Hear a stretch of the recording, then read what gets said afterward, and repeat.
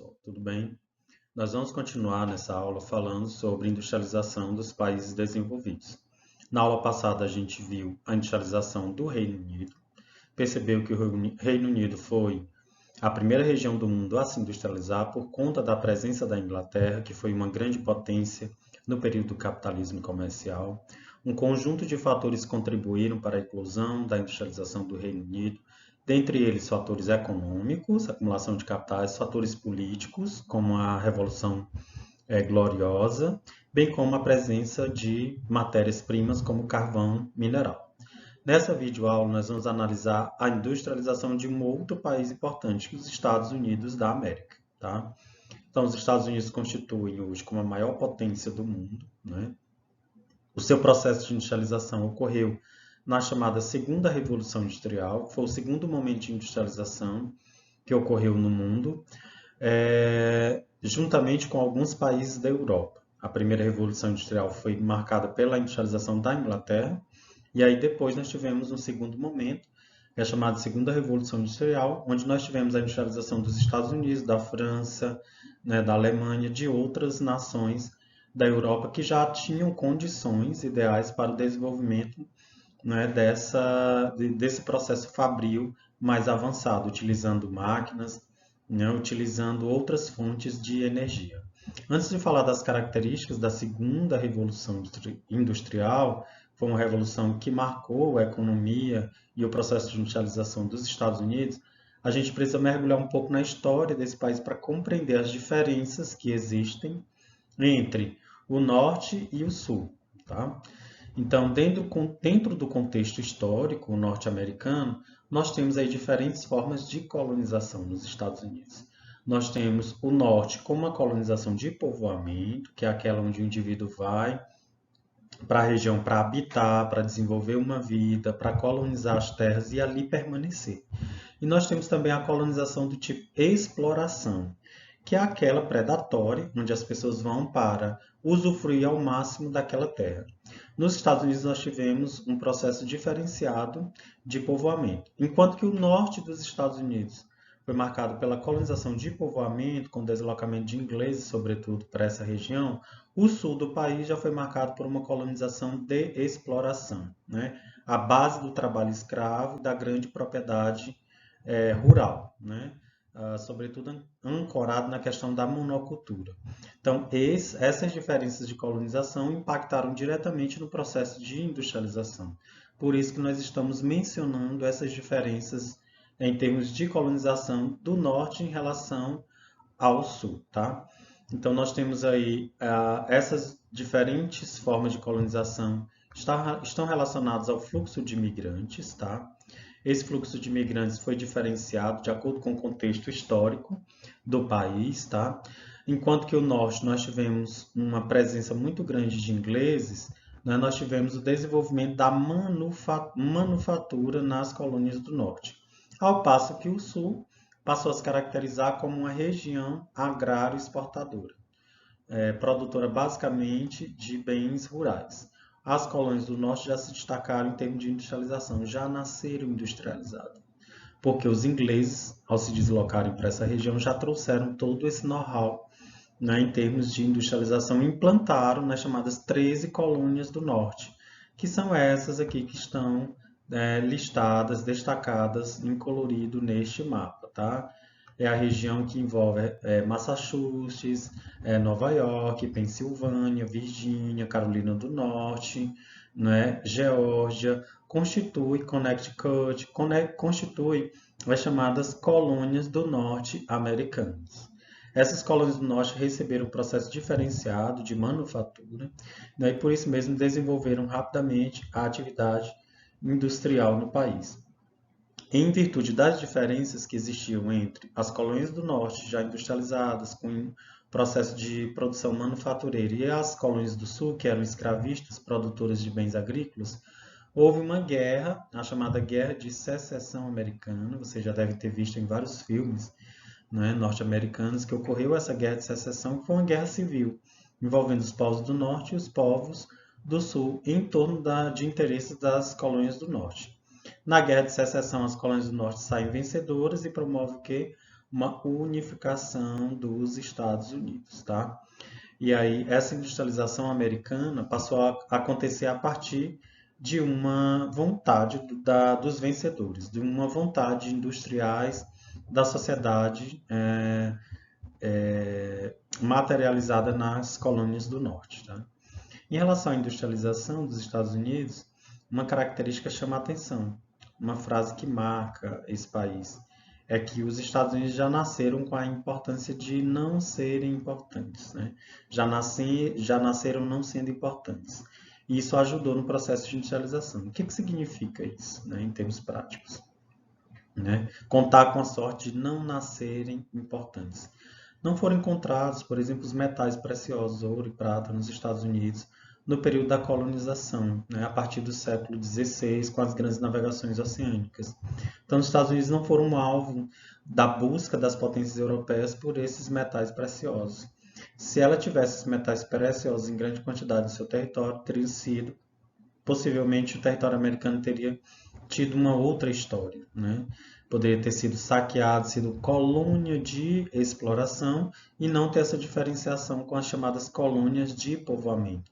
O fato de não ter nascido, importante nesse sentido de não ter metais preciosos, ajudaram os Estados Unidos a se constituir como um grande país, como uma colônia de povoamento, né? E a partir da Guerra de Secessão eles buscaram constituir uma nação extremamente democrática, né? Baseada em princípios da liberdade, né?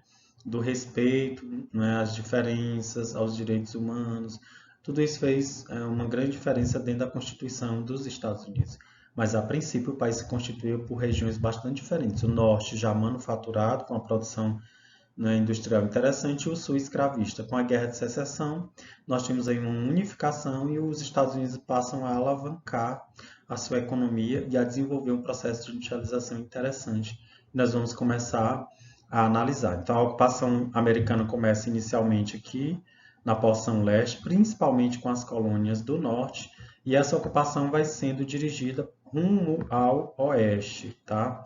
E aí passamos a ter pontos importantes de ocupação como o oeste americano, a região da Califórnia, onde nós temos aí um dos maiores estados, né, dos Estados Unidos, nós temos aí indústrias extremamente importantes. Mas inicialmente o oeste americano era um vazio demográfico.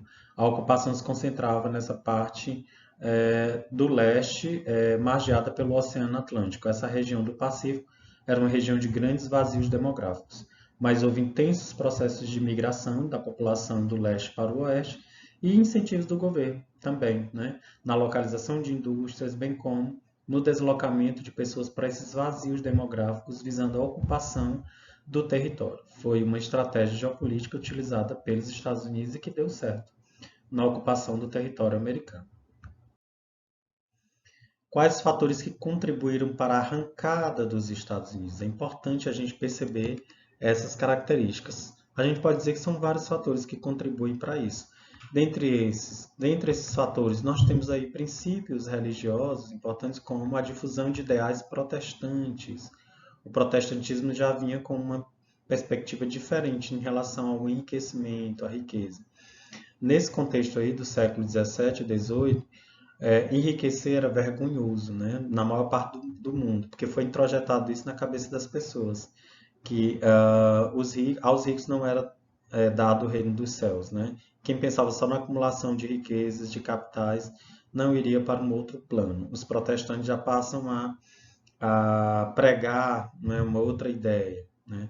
A ideia de que o trabalho é digno, né? Se você enriquecesse como fruto do seu trabalho, isso era bastante louvável, né? Digamos assim, era visto com bons olhos. Então, essa ideia protestante, diferente da ideia anterior católica, que a nobreza poderia ser rica e o pobre não deveria almejar a riqueza, nem ao menos a partir do trabalho dele, fez com que houvesse um engajamento maior das pessoas, da sociedade, dos trabalhadores, na busca por essa riqueza.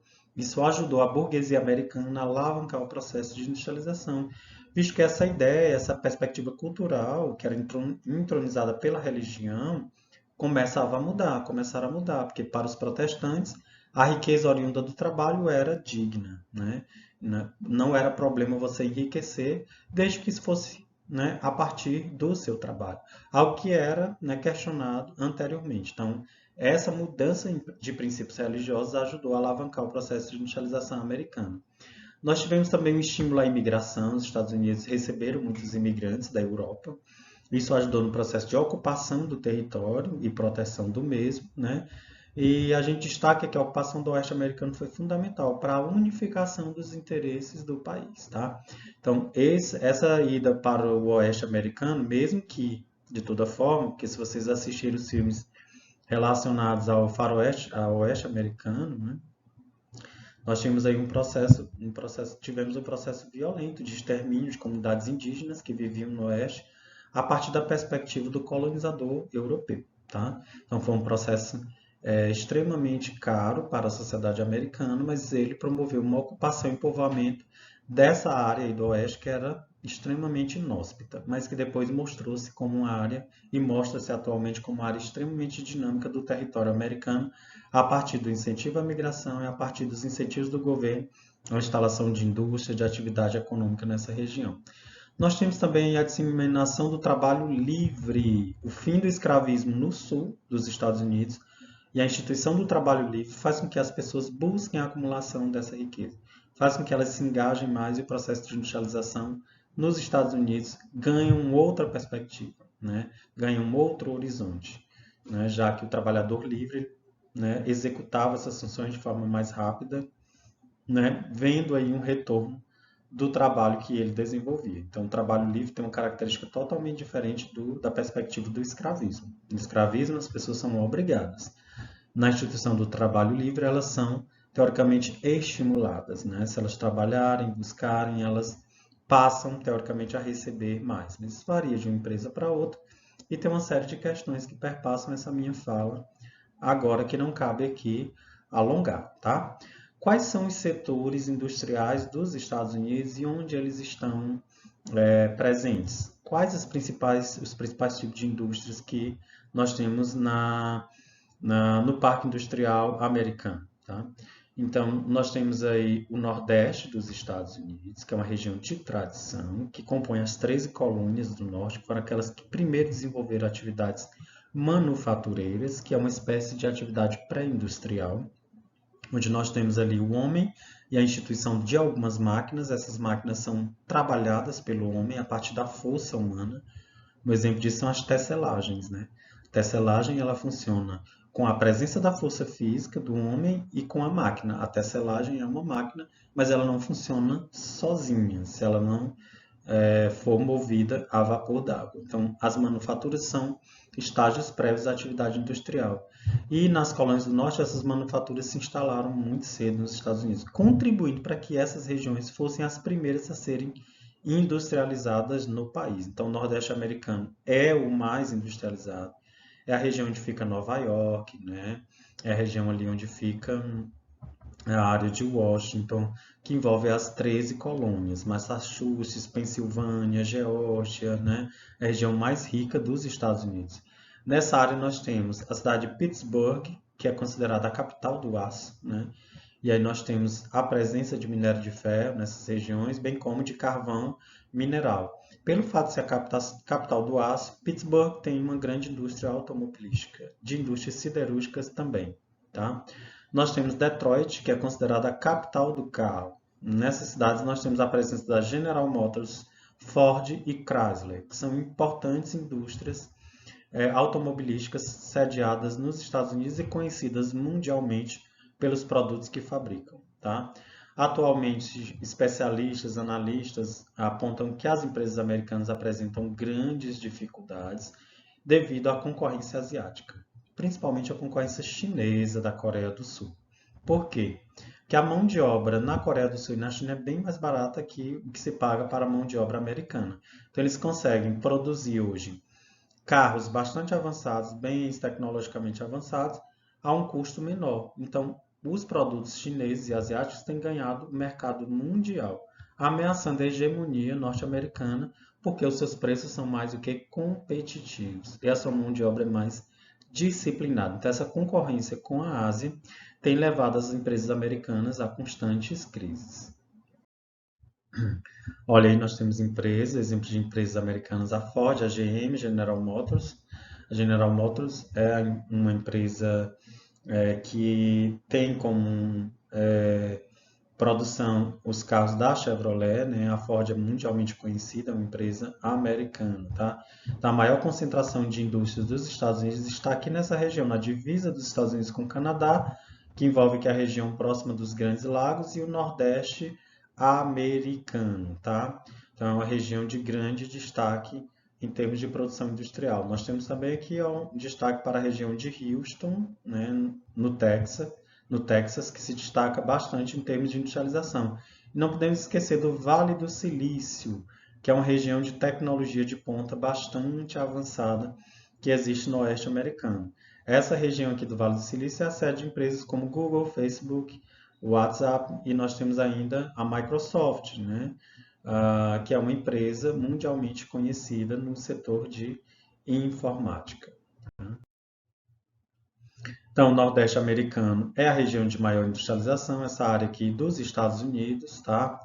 Onde nós temos importantes centros econômicos como Washington, Chicago, Detroit, né? Nova York e Boston, tá? Existe inclusive aqui uma megalópole, a Boston Washington, que é uma região extremamente integrada, que tem um grande índice de povoamento, importantes atividades econômicas, importantes vias que ligam essas duas áreas. Então, o Nordeste americano é a maior concentração industrial do mundo, não é só dos Estados Unidos.